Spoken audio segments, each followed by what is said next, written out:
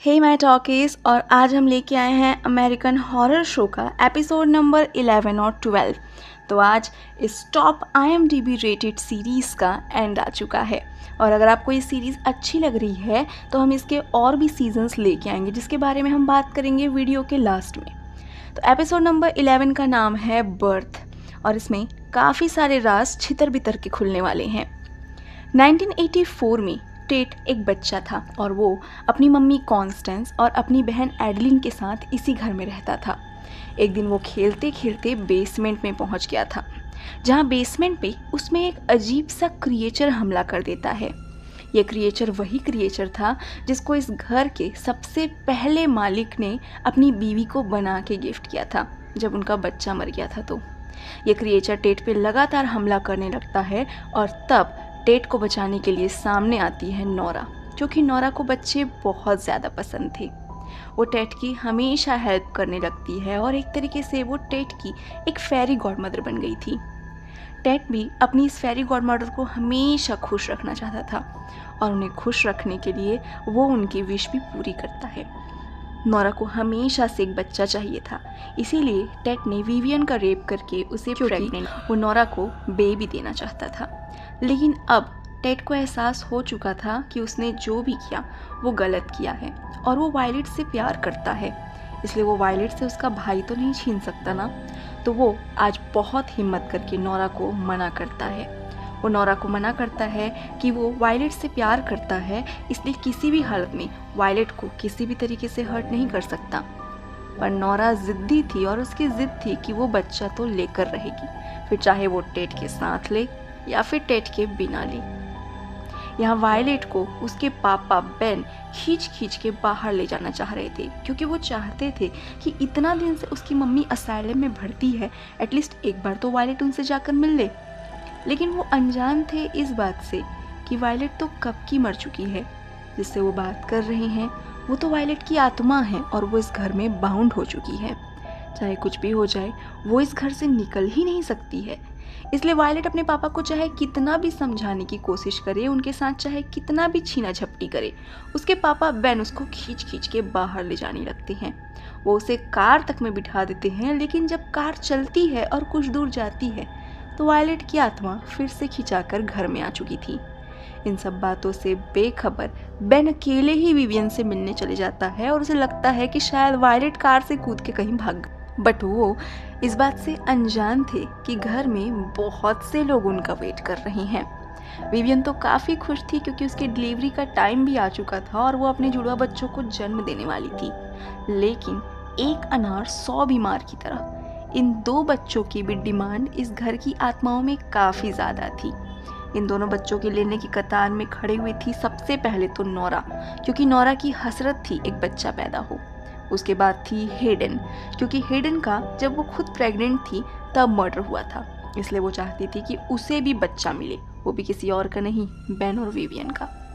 इसके अलावा था वो गे कपल, क्योंकि उन गे कपल्स को ये लगता था कि बच्चे आने से उनकी सारी ज़िंदगी सुधर जाएगी, उनके बीच की दूरियां खत्म हो जाएंगी, इसलिए वो भी कतार में थे। और last but not the least Constance, क्योंकि कॉन्स्टेंस का पॉइंट था कि बच्चा टेट का है तो टेट के बच्चे को तो मैं ही पालूंगी क्योंकि मैं दादी हूँ, मेरा हक है। तो यहाँ पे जिंदा और मुर्दों के बीच में झगड़ा शुरू हो चुका था। 3 मुर्दे लोग थे और एक जिंदा थे जो कि पाना चाहते थे बेन और विवियन के बच्चे को। पर टेट क्योंकि अब सुधर चुका था और वो वायलेट से ज़्यादा प्यार करने लगा था, इसलिए वो सबसे पहले गे कपल्स के पास जाता है और गे कपल्स को कन्विंस करने की कोशिश करता है कि वो बच्चे को नहीं ले सकते। लेकिन बात नहीं बनती। वायलेट भी जाती है कॉन्स्टेंस से मदद मांगने के लिए और कॉन्स्टेंस एग्री कॉन्स्टेंस के अपने खुद के ग्रीड थे। कॉन्स्टेंस जाती है चिड़चिड़े चैट से बात करने के लिए, जो कि गे कपल का एक मेंबर था। वो डील करती है चैट के साथ में कि एक बच्चे को तुम रख लेना, एक बच्चे को मैं रख लूँगी, क्योंकि एक बच्चा टेट का है और मैं चाहती हूँ कि टेट का बच्चा मेरे साथ रहे। पर यहाँ पे चैट के इरादे कुछ और ही थे। उसका कहना था कि मैं दोनों बच्चों को रखूँगा क्योंकि बच्चे आने से हमारा रिलेशनशिप सुधर जाएगा, मेरा पार्टनर मुझको ज़्यादा प्यार करेगा। लेकिन जब कॉन्स्टेंस ये पूछती है कि ठीक है ले तो लोगे बच्चा, बट तुम दोनों आत्माएं हो और बच्चा रहेगा जिंदा, पालोगे कैसे, तो चैड अपना खतरनाक प्लान कॉन्स्टेंस को बताता है। वो कहता है कि हम कुछ साल तो बच्चे को टॉलरेट करेंगे और उसके बाद हम उस बच्चे को मार देंगे। बच्चे के मरते ही वो भी आत्मा बन जाएगा और ज़िंदगी भर बच्चा बन के हमारे साथ रहेगा और हमारा लाइफ और हमारा पार्टनर भी ज़िंदगी भर खुशहाल होकर हमारे साथ रहेगा। अब ये काफ़ी खतरनाक प्लान था और यहाँ पे हर किसी की अपनी अपनी इच्छाएं थी। मरने के बाद भी ये अपनी हसरतों को जिंदा लोगों के थ्रू पूरा करना चाहते। अब जब कॉन्स्टेंस ने चैड का ये खतरनाक प्लान सुना कि ये तो दोनों बच्चों को ले लेगा, तो उसे कुछ भी समझ नहीं आया कि वो क्या करेगी। इसलिए वो सबसे पहले अपनी साइकिक से मिलने जाती है, वही साइकिक जिसने उसे बताया था कि टेट का बच्चा कोई और नहीं, एक डीमन पैदा होगा। ये साइकिक उस घर में घूमती है, मर्डर हाउस को अच्छे तरीके से जांच पड़ताल करती है और वो बताती है कि उन दोनों गे कपल को मारने का एक ही मात्र तरीका है। वो तरीका है कि उन दोनों की कोई क्लोज चीज़ ली जाए और उसे आग में जला दी जाए। आग में उनकी क्लोज चीज़ के जलते ही वो दोनों भी जल के मर जाएंगे और इस तरीके से इस घर से उनकी आत्मा मुक्त हो जाएगी। अब इस प्लान को एग्जीक्यूट करने के लिए कॉन्स्टेंस वायलेट और टेट का सहारा लेती है। टेट जाता है पैट्रिक के पास में और पैट्रिक को प्रोवोक करने की कोशिश करता है।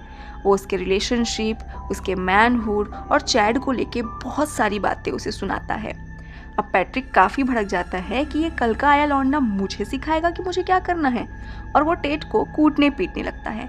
दोनों में काफ़ी लड़ाई होने लगती है और फ्रस्ट्रेशन में पैट्रिक के मुंह से चैड के लिए कुछ बुरा निकल जाता है, जैसे कि वो चैड से कितना परेशान है और वो इस गे रिलेशनशिप में कितना थक चुका है।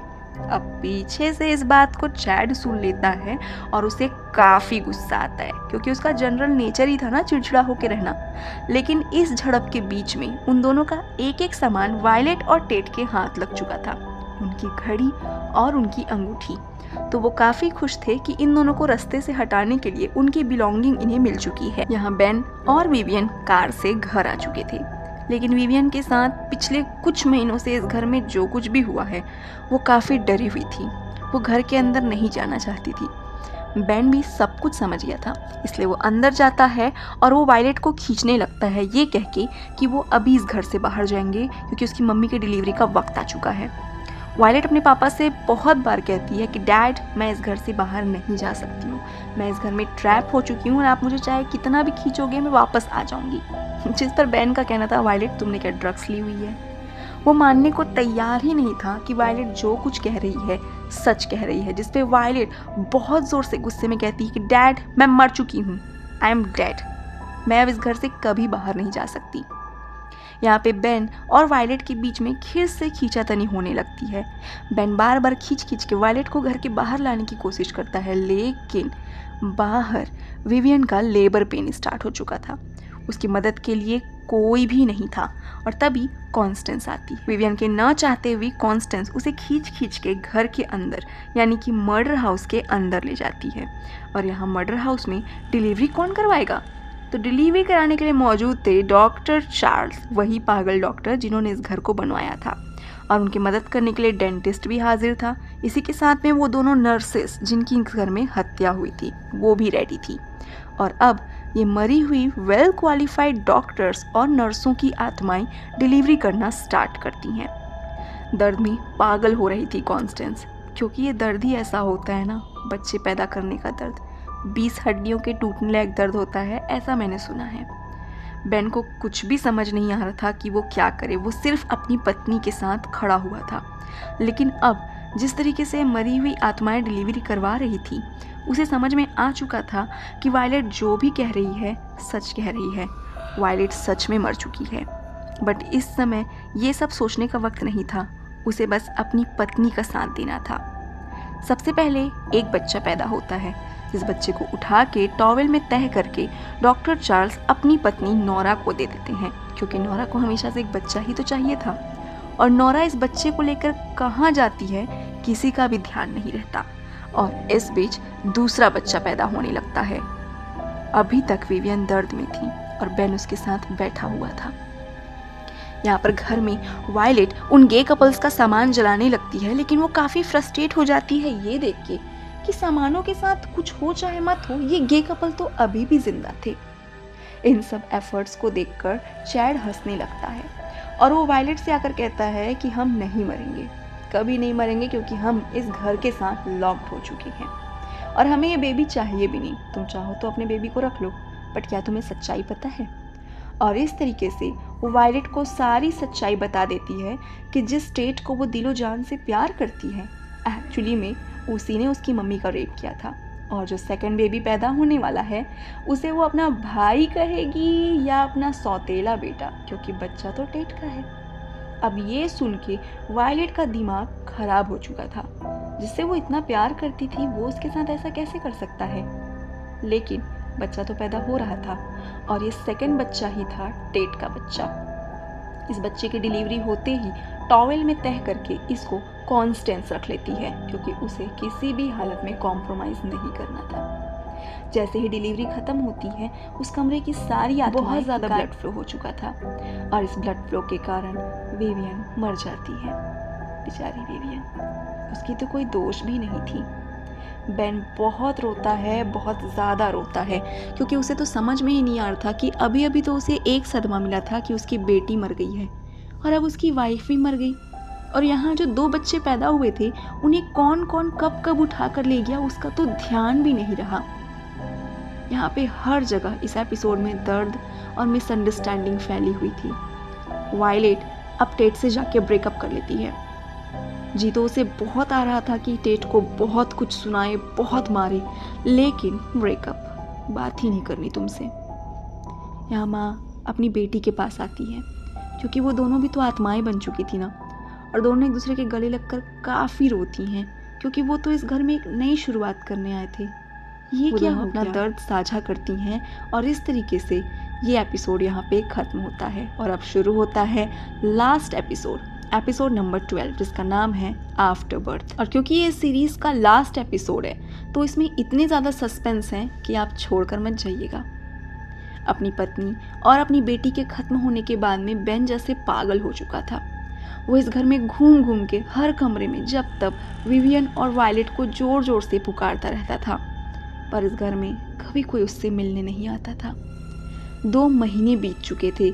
ले दे के बेन ठीक होता है और अब उसने डिसाइड किया था कि उसे अपने बच्चे वापस चाहिए। पहले बच्चे का तो नहीं पता, बट उसने देखा था कि दूसरे बच्चे को कॉन्स्टेंस लेकर गई थी, इसलिए वो कॉन्स्टेंस के पास जाता है, उससे लड़ाई झगड़े करता है और अपने बच्चे की डिमांड करने लगता है। कॉन्स्टेंस उसे कहती है कि तुम ले जाना चाहो तो ले जाओ, तुम्हें हक है इस बच्चे को ले जाने का, पर मर्डर हाउस में लेकर मत जाना। अब इस चीज़ का रीज़न इससे पहले कि वो समझ पाता और कॉन्स्टेंस बता पाती, बेन देखता है कि कॉन्स्टेंस तो टेट की ही मॉम थी, यानी जिस लड़के ने उसकी बीवी का रेप किया, उससे बच्चे पैदा करवाए, ये उसकी माँ थी। ये बात से अब तक वो अनजान था, लेकिन रूम में जैसे ही उसने फ़ोटो देखी टेट की और उसके फैमिली की, उसके पास कहने और सुनने को कुछ बचा ही नहीं था। वो तुरंत बच्चे को उठाता है और गुस्से में मर्डर हाउस में जाने लगता है, पर मर्डर हाउस में ले जाने के लिए कॉन्स्टेंस ने सीधा मना किया था, जिसका रीज़न बेन ने तो नहीं सुना था, बट हम समझ पा रहे थे कि मर्डर हाउस में अभी भी कई ऐसी बुरी आत्माएं थी जो बच्चे की डिमांड रखती थी। और बेन अगर मर्डर हाउस में उसे लेकर जा रहा है तो जाहिर सी बात है कि बच्चे को छीनने के लिए ये बुरी आत्माएं ज़रूर आएंगी, और मर्डर हाउस के बाहर ये आत्माएं कभी कुछ नहीं कर पाती। इसलिए तो कॉन्स्टेंस इतने ठशन के साथ बच्चा पाल रही थी, बिल्कुल सेफ्टी के साथ। उसकी बात को नज़रअंदाज करके बेन चल देता है बच्चे को लेकर मर्डर हाउस में ही। यहाँ मर्डर हाउस के किचन में मॉयर और कॉन्स्टेंस लेडीज़ वाली बातें, मौत, आफ्टर डेथ, सपने, वो अधूरी चीज़ें वो जिंदा रहने पे जो करना चाहती थी, इसके बारे में बात कर रही थी। और कितनी अजीब बात है ना, जिस वायलेट और विवियन को बेन मर मर के खोज रहा था, आज किचन में वो उसके सामने बैठी थी, लेकिन बेन को नज़र नहीं आ रही थी। बेन अपने बच्चे को दूध पिलाता है, थोड़ा प्यार करता है, पुचकारता है, थोड़ा खेलता है, और जब बच्चे को नींद आ जाती है तो वो उसे पालने। बेन को कुछ समझ नहीं आ रहा था कि वो अपनी ज़िंदगी के साथ क्या करे, इसलिए वो अपनी एक वसीयत बनाता है। कार की चाबी, घर की चाबी, ऑफिस की चाबी, बैंक की चाबी, अपने पैसे, अपने क्रेडिट कार्ड, डेबिट कार्ड, सबको टेबल में जमाता है और एक गन लेकर खुद को मारने की कोशिश करने लगता है। जैसे ही वो खुद को मारने के लिए गन को मुंह में डालता है, अचानक विवियन और वायलेट की आत्मा उसके सामने आ जाती है। वायलेट बहुत प्यार से अपने डैड को हाय बोलती है और विवियन अपने पति के पास जाकर उसे समझाती है कि हमारे 2 बच्चों में से एक बच्चे को कौन लेकर कहाँ चला गया हमें नहीं पता, इसलिए हमें इस बच्चे को बहुत प्यार से रखना होगा। जो भी तुम्हारे पास बचा है ये शायद हमारी होप और हमारी आखिरी उम्मीद है, इसलिए इस बच्चे को जिंदा रखो और इस बच्चे के लिए तुम्हें जिंदा रहना होगा। इस तरीके से थोड़ा सा वो अपने पति के साथ रोमांस करती है। बेन को भी समझ में आ जाता है कि उसे जिंदा रहना है, एटलीस्ट इस बची हुई होप के कारण, जो शायद वायलेट और थोड़ी सी विवियन की उसे याद दिलाती थी। वो तुरंत अपना सामान पैक करता है और बच्चे को गोद में लेकर घर से बाहर निकलने लगता है। लेकिन जिस चीज़ का डर था वही होता है। हेडन सामने आ चुकी थी और हेडन को चाहिए था बच्चा और बच्चे के साथ बेन, इसलिए हेडन अपने साथ लेके आई थी बुरी आत्माओं की एक छोटी सी आर्मी। उन 3 लुटेरों की आत्माएं थी जो इस घर में सीन रिक्रिएट करने आई थी। ये लुटेरे और हेडन एक रस्सी को बेन के गले में बांध के घर के सेंटर वाले झूमर में लटका देती हैं। बेचारा बेन पेंडुलम की तरह झूलते रहता है और लास्ट में मर जाता है और हेडन को वो मिल गया जो उसे चाहिए था, बच्चा। और बेन को तो उसने इसलिए मारा था ताकि मरने के बाद बेन हेडन के साथ रोमांटिक वे में रहेगा, यानी जीते जी हेडन जो नहीं कर पाई एक बच्चा और बेन के साथ अच्छी वाली ज़िंदगी, वो मरने के बाद वो हासिल कर रही थी।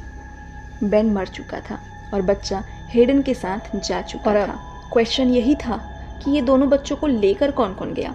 एक नोरा ले गई, एक हेडन ले गई, बेन, विवियन और वायलेट तीनों इस घर में मर चुके थे, यानी तीनों की आत्माएं इस घर में ट्रैप हो चुकी थी और इस तरीके से ये घर फिर से सूना हो चुका था। तो ब्रोकर कुछ सालों बाद एक नई फैमिली को इस घर को दिखाने लेके आती है। इस फैमिली में एक हस्बैंड, एक वाइफ और उनका एक टीनेजर बच्चा था। हस्बैंड वाइफ का नाम था मिगेल और स्टेसी और उनके बेटे का नाम था गेब। ये तीनों भी एक सस्ता घर खोजने के लिए आए थे और इतना बेहतरीन घर देखकर वो तुरंत इस घर को खरीद लिया। एज यूजुअल मार्सी भी इस घर को बेचते समय इन्हें इस घर का पास्ट नहीं बताती है कि इस घर को मर्डर हाउस कहा जाता था और लास्ट ईयर्स में जो भी इस घर में रहा है वो मर चुका है। इवन वो विवियन और बेन की भी हिस्ट्री के बारे में मिगेल और स्टेसी को नहीं बताती है। मिगेल और स्टेसी तो काफ़ी खुश होती हैं कि कितनी कम कीमत में इतना अच्छा घर मिल गया और वो इस घर में एक नई शुरुआत करेंगे। इतने सालों बाद भी बेन, विवियन और वायलेट की कोई खोज खबर नहीं थी। डिटेक्टिव अभी भी इनकी तलाश कर रहे थे और इसी तलाशी के संबंध में वो कॉन्स्टेंस से मिलने आते हैं। अब क्योंकि कॉन्स्टेंस कहानी बनाने में काफ़ी एक्सपर्ट थी, इसलिए वो डिटेक्टिव लोग को एक ज़बरदस्त कहानी सुनाती है। वो सुनाती है कि जब वो घर में पहुंची तो विवियन का ज़्यादा ब्लड फ्लो होने के कारण वो मर चुकी थी। बेन इस डिप्रेशन के कारण सुसाइड कर लिया था खुद को लटकाकर झूमर में, और इन सब के कारण वायलेट दोनों बच्चों को उठाकर भाग गई। अब ये कहानी सुनकर डिटेक्टिव लोगों को बिल्कुल भी शक नहीं होता, क्योंकि कहानी के अनुसार विवियन की बॉडी घर में ही थी और जेन्युइनली उसकी खून बहने के कारण ही मौत हुई थी। बेन सच में फांसी से लटका हुआ था तो उसने सुसाइड ही किया होगा, और वायलेट की लाश तो कितने सालों से लोगों को नहीं मिली, इसलिए जाहिर सी बात है कि अपने भाइयों को लेकर शायद वायलेट ही घर से भाग गई होगी। अब यहाँ पे कॉन्स्टेंस काफ़ी खुश थी, उसे लगा कि हाँ वो बच चुकी है। लेकिन एक बच्चा कॉन्स्टेंस छुपा के रखी हुई थी। तो फिर कॉन्स्टेंस के पास ये बच्चा वापस आया कैसे? तो हुआ ये था कि जब हेडन बेन को मारने के बाद में बच्चा खिला रही थी और खुश हो रही थी, तो ट्रेविस जो कि कॉन्स्टेंस का बॉयफ्रेंड था, उसने आकर हेडन को मार दिया। अब एक आत्मा अगर दूसरी आत्मा को मारती है तभी सच में वो आत्मा खत्म होगी। तो यहाँ पे ट्रेविस बच्चे को ले जाके कॉन्स्टेंस को देता है और कॉन्स्टेंस फिर से टेड के बच्चे को लाड़ प्यार से पालने लगती है, और ट्रेविस तो उसके साथ था ही। उन दोनों का प्यार तो अजर अमर हो गया। दूसरा बच्चा कहाँ गया? खैर वो जो भी हो, मर्डर हाउस में एक नई फैमिली आ चुकी थी और इस फैमिली को कैसे भी करके बचाना था। तो जैसे हमेशा टेड मिलने के लिए आता था वायलेट से छुप छुप के, इस बार वायलेट जाती है गेब से मिलने के लिए। गेब उसी कमरे में रह रहा था जिस कमरे में वायलेट रहती थी। दोनों के बीच में काफ़ी अच्छी फ्रेंडशिप हो जाती है और वायलेट बहाना बनाती है कि मैं आपकी पड़ोसी हूँ। इन दोनों को हंसते घुलते मिलते बात करते हुए दूर से टेड देख रहा था और हम टेड की आंखों में गुस्सा साफ तौर पर देख पा रहे थे। यहाँ पे मिगेल और स्टेसी किचन में रोमांस कर रहे थे क्योंकि वो नई शुरुआत करने आए थे और वो भी चाहते थे कि वो एक नया बच्चा पैदा करें। इन्हें चुम्मा चाटी करते हुए दूर से विवियन और बेन देखते हैं। उन दोनों को रोमांस करते हुए इन्हें भी याद आता है कि कैसे ये भी घर में नई शुरुआत करने आए थे और एक बच्चा प्लान कर रहे थे, इसलिए कैसे भी करके इन्हें बचाना था। जिसमें मॉयर भी साथ देती है और कहती है कि इस घर में भले बहुत सारी बुरी आत्माएं हैं, पर कुछ अच्छी आत्माएं भी हैं जो तुम्हारा साथ देंगी और इस फैमिली को इस घर में मरने नहीं देंगी। तो अब शुरू होता है इस फैमिली को डरा के भगाने की मुहिम। तो सबसे पहले टेड जाता है गेब के कमरे में, एक चाकू लेकर उसे चमकाने लगता है कि वायलेट मेरी है, उससे दूर रहो।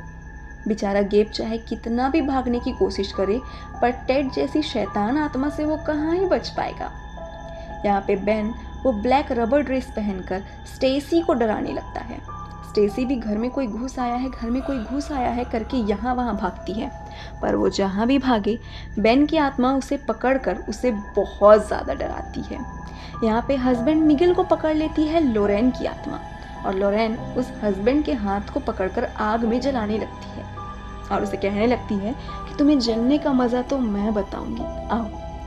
और उसे बचाने के लिए सामने आती है मॉयर अपने जवान वाले लुक में, और उसके हुस्न के जलवे देखकर वो हस्बैंड भी ठरकी होकर पीछे पीछे घूमने लगता है। और मॉयर उसे लेकर आती है एक ऐसे कमरे में जिस कमरे में एलिजाबेथ की कटी फटी लाश पड़ी हुई थी। उस लाश को देखकर हस्बैंड की जान अभी सूखी ही हुई थी कि अचानक से एलिजाबेथ का सर बोलने लगता है। ये देखकर वो हस्बैंड बहुत ज़ोर से डर जाता है और कोइंसिडेंटली दोनों हस्बैंड वाइफ भागते भागते बेसमेंट में पहुंच जाते हैं।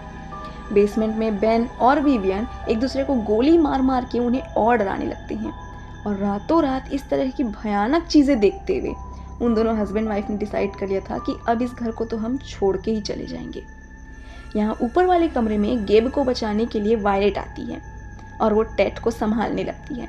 इस बीच गेब को भी मौका मिल जाता है वापस भागने का, तो दोनों हस्बैंड वाइफ और उनका बेटा कार चालू करके बिना पीछे देखे बिना एक भी सामान लिए इस घर से भागते हैं। आज रात के लिए उनके लिए काफ़ी ज़्यादा हॉरिबल हॉरर शो देखने मिल गया था। उनको भागते हुए वायलेट, विवियन और बेन देखते हैं। वो तीनों खुश होते हैं कि फाइनली ये फैमिली इस घर में नहीं मरेगी। वो खुश तो थे, पर देखो आयरनी, इन तीनों अच्छी आत्माओं के साथ हुआ क्या? ट्रैप हो गए इस घर में, बिना मतलब के मर गए। तो भले अब वो आत्मा बनकर इस घर में हैप्पीली एवर आफ्टर रह सकते थे, खुश हो सकते थे, लेकिन एज अ व्यूअर मुझे काफ़ी दुख हुआ ये देखकर कि ये फैमिली ये डिज़र्व नहीं करती थी कि यहाँ पे मर जाए। तो यहाँ पर इस फैमिली को एक अच्छी एंडिंग देने के लिए नोरा उनके पास आती है। प्रॉब्लम ये थी कि एक बच्चे को नोरा लेकर चली तो गई थी, लेकिन नोरा एक जिंदा बच्चे को संभालेगी कैसे? वो तो खुद आत्मा थी ना। इसलिए वो इस बच्चे को वापस विवियन को दे देती है, ये कहते हुए कि विवियन माँ है, वो इस बच्चे को संभाल लेगी। तो फाइनली विवियन, बेन और वायलेट को उनका खोया हुआ बच्चा मिल चुका था। विवियन इस बच्चे को मॉयर को देती है और कहती है कि मेरी बेबी की फेरी गॉडमदर तुम रहोगी, तुम इस बच्चे को संभालोगी। मॉयर की आत्मा को सुन के बहुत अच्छा लगता है कि इतने दिन बाद कोई उसके कैरेक्टर पे और उसकी बातों पे विश्वास कर रहा था, और ये फैमिली काफ़ी खुश हो जाती है। लेकिन मैंने कहा था ना, इस पूरी सीरीज़ के इस एपिसोड में सबसे ज़्यादा ट्विस्ट एंड टर्न्स हैं। तो एज अ व्यूअर हमें लगता है कि एक बच्चा माँ विवियन के साथ हैप्पी है, एक बच्चा दादी कॉन्स्टेंस के साथ हैप्पी है, पर जैसा कि साइकिक मीडियम ने कहा था कि बिल्ली का बच्चा बिल्ली और कुत्ते का बच्चा कुत्ता होता है, उसी तरीके से आत्मा का बच्चा जब वो बेबी 5 साल के हो जाते हैं, यानी सालों बीत चुके हैं, कॉन्स्टेंस के साथ वाला बच्चा यानी जो उसका पोता है अब 5 साल का हो चुका है, शायद स्कूल जाना भी शुरू कर लिया होगा, थोड़ा शैतान और चंचल सा है, इसलिए कॉन्स्टेंस ने उसको संभालने के लिए एक नैनी रखी थी। एक दिन कॉन्स्टेंस जब घर आती है तो पूरे घर में खून फैला हुआ। वो देखती है कि नैनी की लाश पड़ी हुई है ज़मीन में, और उसके खून से पूरे घर में फिंगरप्रिंट्स और फुटप्रिंट्स बने हुए हैं, यानी वो बच्चा जो टेड का बच्चा था वो पूरे घर में खून से छप्पा छप्पा। कॉन्स्टेंस उस बच्चे के पास आती है और उसे रियलाइज़ होता है कि सच में ये बच्चा एक डिमोनिक है। उसकी आंखों में एक क्रीपीनेस और एक डेविलपना हमें दिख रहा था। उस बच्चे में उसे टेड की झलक दिख रही थी, क्योंकि टेड भी तो ऐसे ही खुरापाती सा था ना, मारना पीटना खून खराबा, तो फिर उसका बच्चा तो वैसे ही रहेगा। और रही बात लाश की, तो कॉन्स्टेंस इतना एक्सपर्ट तो है ही कि एक लाश को कैसे छुपाना है वो जानती है, और इस हॉरिबल एंडिंग के साथ में ये सीरीज़ खत्म हो। तो दोस्तों, अगर आपको ये पूरी अमेरिकन हॉरर स्टोरी आपको पसंद आई होगी तो हम आपको बता दें कि इसमें टोटल 12 सीज़न हैं। हमने अभी सीज़न 1 को ही एक्सप्लेन किया है, तो अगर सीज़न 2, 3, 4 और जिस भी सीज़न की आपकी डिमांड रहेगी, अगर आपकी चॉइस रहेगी तो हम आपको प्रेजेंट करेंगे, क्योंकि आपको वीडियोस प्रेजेंट करना ही हमारे चैनल का एम है। बस हाँ, आप ये बता दीजिएगा कि वीडियोस आपको एपिसोड बाय एपिसोड चाहिए जैसे हमने इसको प्रेजेंट किया था, या फिर आपको चाहिए कि हम पूरे एक सीज़न को इकट्ठे बता दें एक ही वीडियो में।